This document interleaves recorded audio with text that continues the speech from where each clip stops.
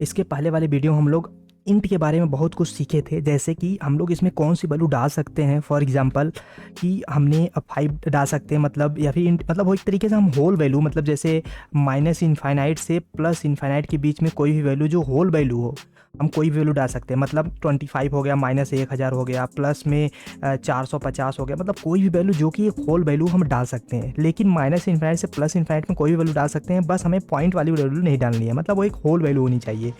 हमने ये भी बताया था कि ऐसा नहीं कि हम कितनी भी बड़ी वैल्यू डाल सकते हैं, उसका इसका भी एक रेंज होता है। और रेंज हम कैसे डिफाइन करते हैं, हमारा एक फार्मूला है n के पावर n-1 टू 2 के पावर n-1 तक। अब n क्या था, n था क्या, बिट। ने बाइट और बिट के बारे में इसलिए अच्छे से एक्सप्लेन किया था ताकि आपको ये समझ में आ जाए कि बाइट बिट एक्चुअल में है क्या। तो हम लोगों ने ये बताया था जो इंट है इसका जो साइज होता है वो या तो 4 बिट बाइट का लेता है और या फिर 2 बाइट का लेता है। ये डिपेंड करता है कि ये 64 बिट है या 32 बिट है। इन दोनों केस में ये कौन सा बाइट लेगा, 4 बाइट लेगा। और इस केस में अगर 16 होगा तो ये 2 बाइट लेगा, ठीक है। अब अगर हम ये वाला लेके चलें, हम ये मान के चल रहे हैं जो मेरा लैपटॉप है वो कितना है, 32 बिट का है। अगर 32 बिट वाला मेरा लैपटॉप है उस केस में ये कौन सा इंटीजर कितना साइज लेगा, 4 बाइट लेगा। याद रखना, बिट नहीं बाइट। और यहाँ पे n क्या है, बिट है। तो एक बाइट में हमने क्या बताया था, 8 क्या होता है, बिट होता है।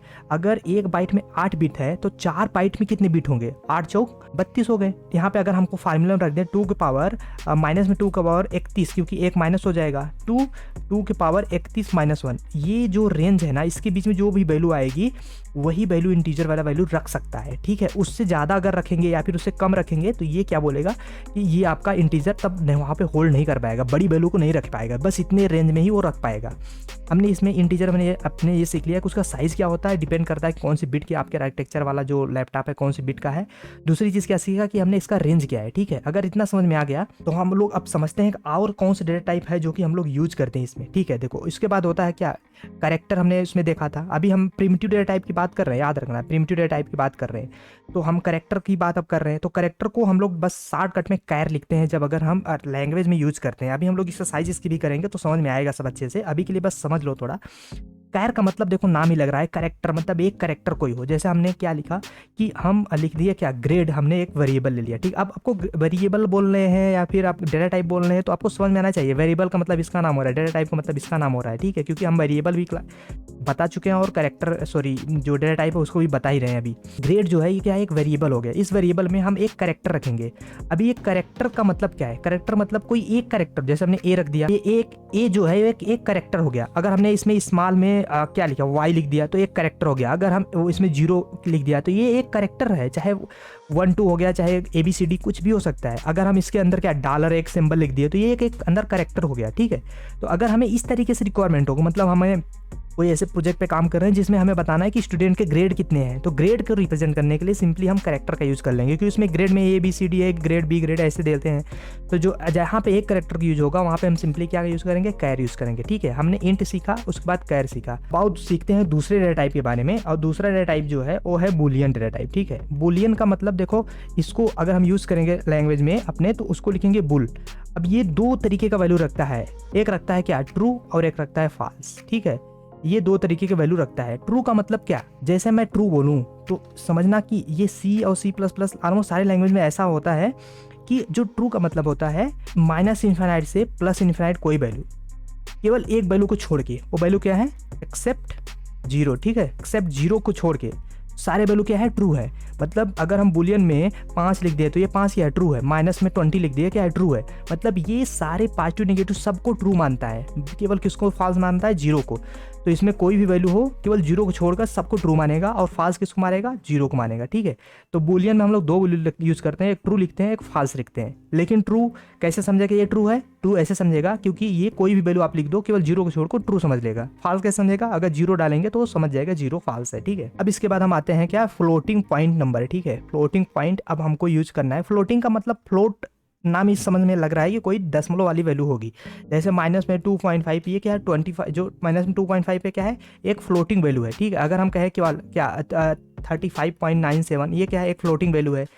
तो अगर हमको ऐसे दशमलव वाले वैल्यू को रिप्रेजेंट करना हो तो हम यूज़ करेंगे सिंपली कौन सा डेटा टाइप को, फ्लोट डेटा टाइप को, ठीक है। वहाँ लिखते हैं क्या, फ्लोट।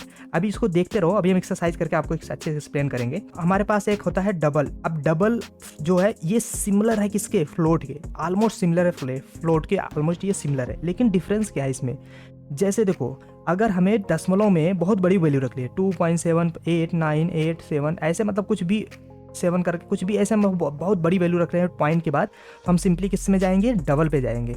अगर हमें मैक्सिमम कितना जाना हो, मैक्सिमम अगर मान लो यहाँ पे जो अभी 2 है, देखो यहाँ पे 3 7 8 मैक्सिमम 6 पॉइंट तक जाना है, मतलब पॉइंट के बाद 6 डिजिट अगर हमें जाना है आगे, तो उस केस में हम ज़्यादातर यूज़ करते हैं क्या, फ्लोट यूज़ करते हैं। मतलब अगर हम पूछे कि डबल और फ्लोट पे आप डिफरेंस बताओ, तो आप सिंपली ये बोल दो कि फ्लोटिंग पॉइंट वाले नंबर को अगर हम दशमलव के बाद छोटे नंबर तक रिप्रेजेंट करना चाहते हैं तो बेसिकली हम क्या आते हैं इसमें, फ्लोट में जाते हैं। अगर हमको डबल में जाना है तो उस केस में हम अगर दशमलव के बाद से बहुत बड़ी वैल्यू के लिए जाते हैं तो मोस्टली वहाँ पे डबल यूज होता है। उसके बाद एक और डेटा टाइप होता है वायर्ड डेटा टाइप। अब ये वायर्ड डेटा टाइप का मतलब यही होता है कि वायर्ड का मतलब नथिंग, नथिंग का मतलब ऐसा कोई डेटा टाइप है ही नहीं, मतलब हम ऐसा एक डेटा टाइप बना दे जिसमें हमें पता है, ऐसे देखो समझो अभी समझ में आ जाएगा। जैसे मान लो एक यूजर कोई भी एक टेक्स्ट में इनपुट डाल रहा है, या तो 25 डाल देगा या तो अपना नेम डाल देगा, कुछ भी डेटा डाल देगा, लेकिन उसको ये नहीं पता कि जो ये इनपुट डाल रहा है इस इनपुट को नहीं पता है कि हम कौन से डेटा टाइप को रिसीव कर रहे हैं। तो हमको नहीं पता चलेगा तो हम कैसे बताएंगे, इंट का रख लो, फ्लोट बना लो, कैसे बताएंगे। तो हम उस केस में क्या बना लेते हैं, वाइड बना लेते हैं, ताकि कोई भी डेटा टाइप अगर इसमें आ रहा है तो हर एक डेटा टाइप ये रिसीव कर ले। बाद में हमें जो करना है वो हम करेंगे, लेकिन अभी के लिए रिसीव कर ले। मतलब वाइड का मतलब यही है कि कोई भी डेटा टाइप को रिसीव कर सकता है, इसमें कोई प्रॉब्लम नहीं है। उसके बाद एक होता है वाइड कैर, ये लास्ट डेटा टाइप है, किसका, प्रिमिटिव डेटा टाइप है। अच्छा, इसको हम एक्सप्लेन करेंगे जब एग्जांपल आपको बताएंगे। तो आओ हम लोग सीखते हैं पहले एग्जांपल के थ्रू, तो आपको अच्छा अंडरस्टैंडिंग होगा डेटा टाइप एक्चुअल में है क्या। बात तो सही है।